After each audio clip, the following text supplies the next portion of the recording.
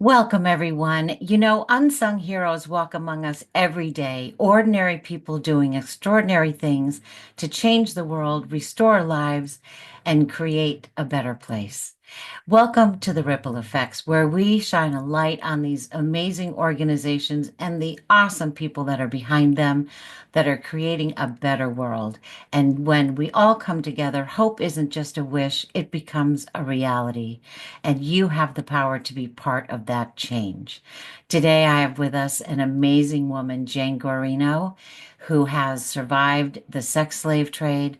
She has quite the story to tell, and it might be a little hard. So, if you have some young viewers around, you might want to send them to another room because we're going to talk about some hard things today.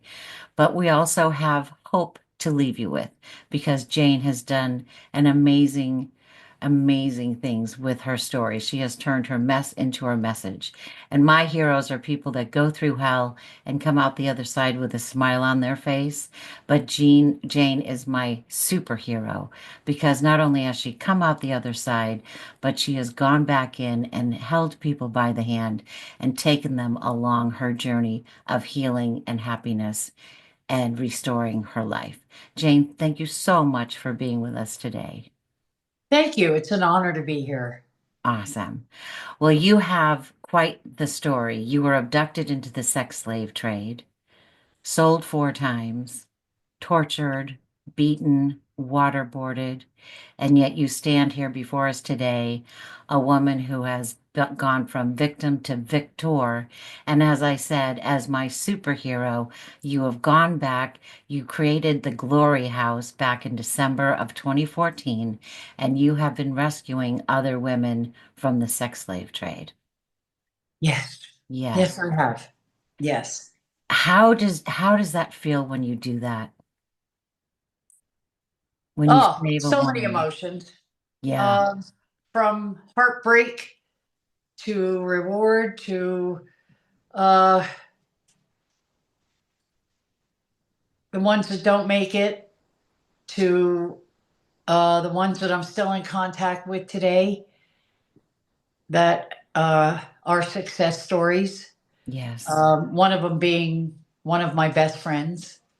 Oh, wow. Um, who did my program and has her own apartment for the first time, and she's been in her own apartment for 8 years. Ah, Uh, so uh, she's my one of my first success stories since 2015. Um, I and can't imagine how rewarding is that to see someone's life transformed. uh, very rewarding. It's God's grace, God's mercy, Yeah. Yeah. miracle Yes. uh, that someone can follow in my footsteps and be successful. Now, Jane, what is the most difficult part of what you do? Is it finding the victims? Is it getting them to trust you? Is it bringing them through the healing process? What is the biggest challenge that you face? Yes, bringing them through the healing process. Mm. Um, More ways than one. Too many times watching them step back. I don't stand before you as somebody who's healed either. I'm still in therapy every week. Um, so watching flashbacks, um, watching, I'm sorry, No, you're fine. watching them strive Mm.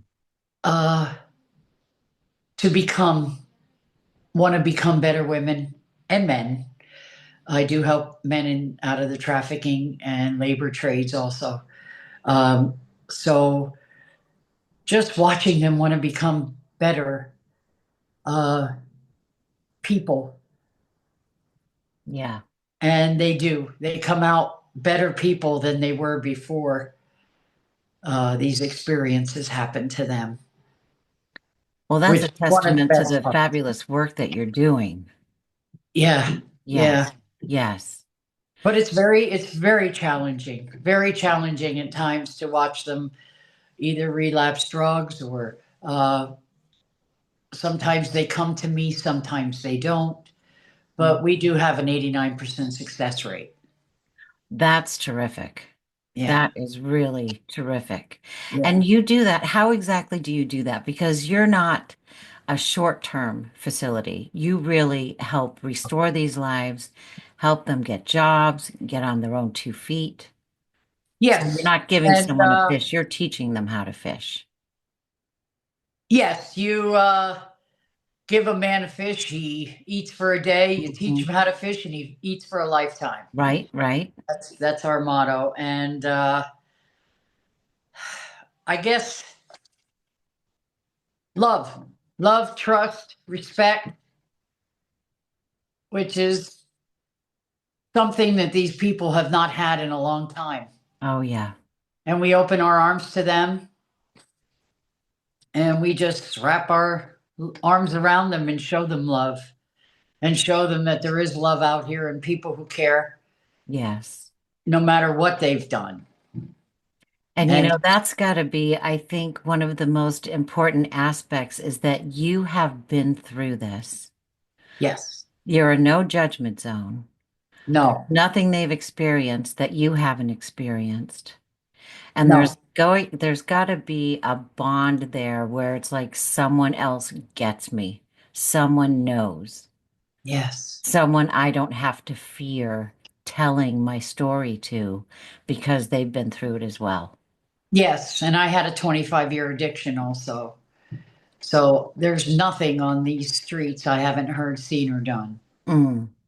Well, So, addiction is a big part of it because the traffickers get them addicted to drugs, and that's another way to control them. That and food, clothing, whatever else it might be. yep. Yeah. Yes, it is.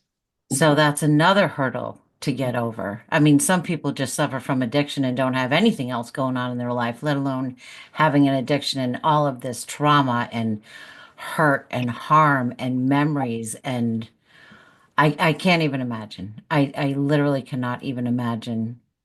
A lot of them never lose the trauma. Yeah, Um, I still have flashbacks. Um, that's a big hurdle to overcome. I would imagine. Yeah. And I have to have therapy every week in order to be there for them. Mm, Um, some of them have seen my flashbacks, a lot of them haven't. Um, my therapist is a Christian counselor. yeah. Um, and I don't know what I'd do without her, truthfully. Yeah. She's my Stephen minister, and I I so look forward to our sessions and to our we're just getting into reading the Bible, and I which is something I don't do enough.